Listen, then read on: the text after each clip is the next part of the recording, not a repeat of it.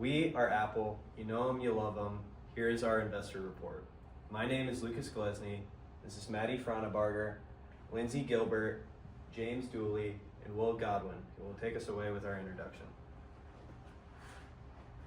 All right, awesome. So here is our introduction and brief background and history. So Apple was originally founded in 1976 by Steve Jobs and Steve Wozniak, and their original primary mission was to have a home computer that was accessible for everyone. And one of their first early breakthroughs was the Apple II, and it hit sales of $117 million in 1980. And then next, Apple introduced the Macintosh OS, and later in 2007, the iPhone, which we all know and love today. And yeah, today Apple is diversified across many forms of media and technology, whether that be through computers, phones, watches, services, and streaming as well. And next, we're going to be talking about the organizational structure of Apple. So Apple's organizational structure is what is known as a functional structure, which means it's basically comprised of specialized departments. And Apple's departments include software engineering, hardware, operations, marketing, and retail. And each division is led by a vice president who reports back to the CEO. It's a very top-down hierarchy format for the company structure. And typically, functional structures are mechanistic, which means they're very like pyramid structure, very hierarchical, like I said before. But Apple, interesting enough, actually blends their structure with inorganic behaviors like collaborations between departments, which allows for fluid coordination between teams and increases adaptability and creativity. And it's kind of, Apple basically has the best of both worlds, allowing for a best blend for tech and innovation. And now I'm going to hand it off to James Dooley. So Apple's organizational environment, which refers to all of the internal and external factors that allow them to make decisions, is very, very technology focused. Because Apple is the primary player in the technology sector, they're the largest technology company in the United States, and their revenues are made up of smartphone and AirPod sales. Both smartphones and AirPods make up 60% of the global markets in their respective markets. And their competitors like Samsung, Xiaomi, Oppo, and Vivo only lead in their home countries. 5G connectivity, better cameras, and AI integration are also three major players that are like groundbreaking in the iPhone sector, and they're causing every smartphone company to have to rethink their phones, their chips, and all of their software to integrate AI into their systems. Macro forces that affect Apple recently have been the tariffs brought on by President Donald J. Trump. At one point, tariffs reached as high as 195%, but before tariffs were brought on, Apple flew $600 million worth of iPhones in planes from China to the United States so that they wouldn't have to pay millions of dollars in taxes. They are the industry leader in innovation. They are one of the most innovative companies in the world, and they are fourth in computer sales worldwide. They make up 15.5% of the global market. However, due to their higher prices than their competitors and their better products, they are the number one in revenue based on their computer sales. Apple also has extremely high standards for their ethics, corporate social responsibility, and sustainability. As far as ethics go, they have minimum wages that are required amongst their third parties in which they buy hardware and software from, as well as they are strict about no child labor or slave labor in the mining or recycling of any products in their phones, computers, watches, etc. They also use 100% recycled materials in their phones, like the lithium, the titanium in the new iPhone Air, and the copper, it's all recycled, and it all comes from trusted sources. As well as their packaging, their waste in packaging has been reduced by over 50%, so that each iPhone has less of a footprint on the global greenhouse gas emissions. Now I'm going to pass it off to Maddie to talk to you about HR. Thank you, James. Apple's in-person business conduct training involves real-life scenarios. For example, conflicts. They want to teach their employees how to de-escalate conflicts in the real world. Another example is Black Friday. Black Friday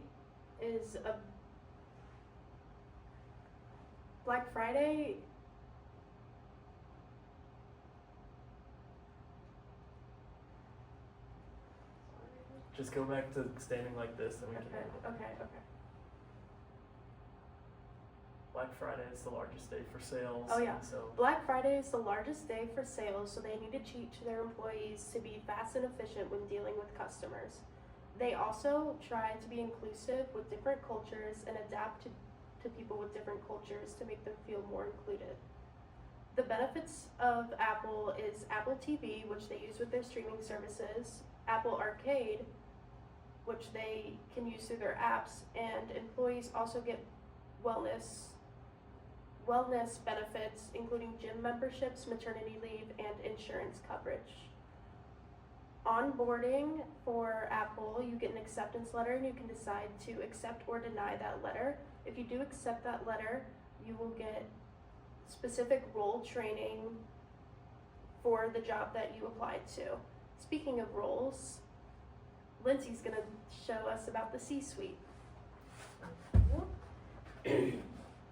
So Apple's C-suite consists of Tim Cook, our CEO, Kevin Prock, our CFO, and Sabi Khan, our COO. Now our CEO handles all of the end-to-end management.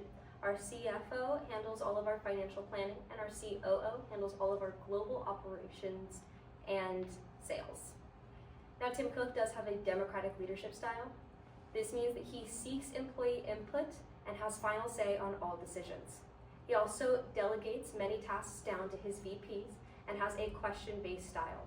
This allows him to ask probing questions to all employees that come in with ideas. It also makes it to where these employees think further when it comes to possible problems that may arise with their ideas. And next I'm going to be talking about our strategic analysis, our SWOT analysis.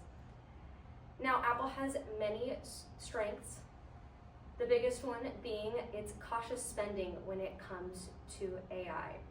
While Apple spent $14 billion, Meta spent $70 billion, and Microsoft spent $94 billion. Investors are beginning to shift away from this high-tech spending, making Apple a safer investment. This is increasing Apple's stock performance, and it has hit its highest stock performance yet because of this. Apple also has some weaknesses, like it only improved its stock by 8.4% according to the Mag 7, which is the top 7 companies in the S&P 500. It also had a weakness with the iPhone Air launch. Many customers complained about poor battery and a singular camera. This made them cut production by 80%. Some opportunities that Apple also faces is the fact that they can build off of previously developed AI, meaning that they are spending less. On the same lines, Meta's shares dropped 11% after they announced that they were going to invest more in AI. And finally, for their threats, increased tariffs is going to be their biggest one, which James did touch on earlier. And next, I'm going to shift it off to Lucas, and he's going to discuss our technology and innovation. Apple's innovation excels above the competition. They do this through their hardware and software services for a consistent user experience. In 2025, their developer updates have mainly consisted through Xcode 16 improvements. Xcode 16 consists of many different things. AI-powered code completion and Swift Assist is a major part of the Xcode 16 improvements. That helps developers write code faster with smarter on-device suggestions. It also has improved faster builds and previews using enhanced build systems and shared artifacts which reduce development time. Swift 6 support has been added by the Xcode 16 improvements as well, which adds safer concurrency and better compile time error checking. Improved testing and debugging tools has also been added. Provide clear diagnostics and more flexible test plans, which is included. Better cross-platform and UI development with enhanced previews and stronger support for Apple platforms is one of the main factors of the Xcode 16 improvements. Strategic management for Apple is very important to beating out their competition. Differentiation through premium design, proprietary tech, and seamless user experiences is a key benefit to Apple. Strategy is shown through heavy R&D, M-series chips, and spatial computing. Expanding services like iCloud, Apple Music, and Apple TV has been proven to not only be better than YouTube TV and Spotify, but also excels far in front of them through their seamless user experience and their proprietary tech. Long-term planning is shown through sustainability and their shifting production from China to India and the United States. Their leadership structure reinforces their quality and operational control. Now James will take it away with our recommendations. So our recommendation for potential investors is going to be to buy. Apple has shown extremely high potential, and they are a true certainty in the iPhone or smartphone space. Apple's phones, like I said, are 87% of Gen Z, which is going to be the future customers of the iPhone, as well as their MacBooks are being more and more popular amongst younger users. Cautious spending is also a major advance to Apple's investor confidence, as we see Meta and Google investing more and more into AI, which is proving to have smaller and smaller monetary gains resulting from it. Ethical practices ensure that customers feel proud to know they have an iPhone which was made using renewable materials, renewable energy in the manufacturing process. As well as differentiation is a key role for investors because their seamless user experience is what makes switching costs so high. When people start using an iPhone, they are stuck for life because it's the best platform, and are using other products such as switching from an iPhone to a Samsung is not only challenging, but it's almost impossible. You barely hear about people who go from a smartphone like an iPhone to a Samsung or a Google Pixel or any of the other competitors, because Apple is just so far ahead of the competition in their user experience and seamlessness. Lastly, stock buybacks are extremely important for investors to know about, because when Apple is buying back their own stock, it raises the share price without investors being taxed on those gains because they're unrealized. Whereas if they gave those profits to investors through a dividend, they would have to pay taxes on those dividends, which is obviously not beneficial to the investor. We want to thank you guys very much for listening. We want you to buy Apple, and from our team, we thank you very much.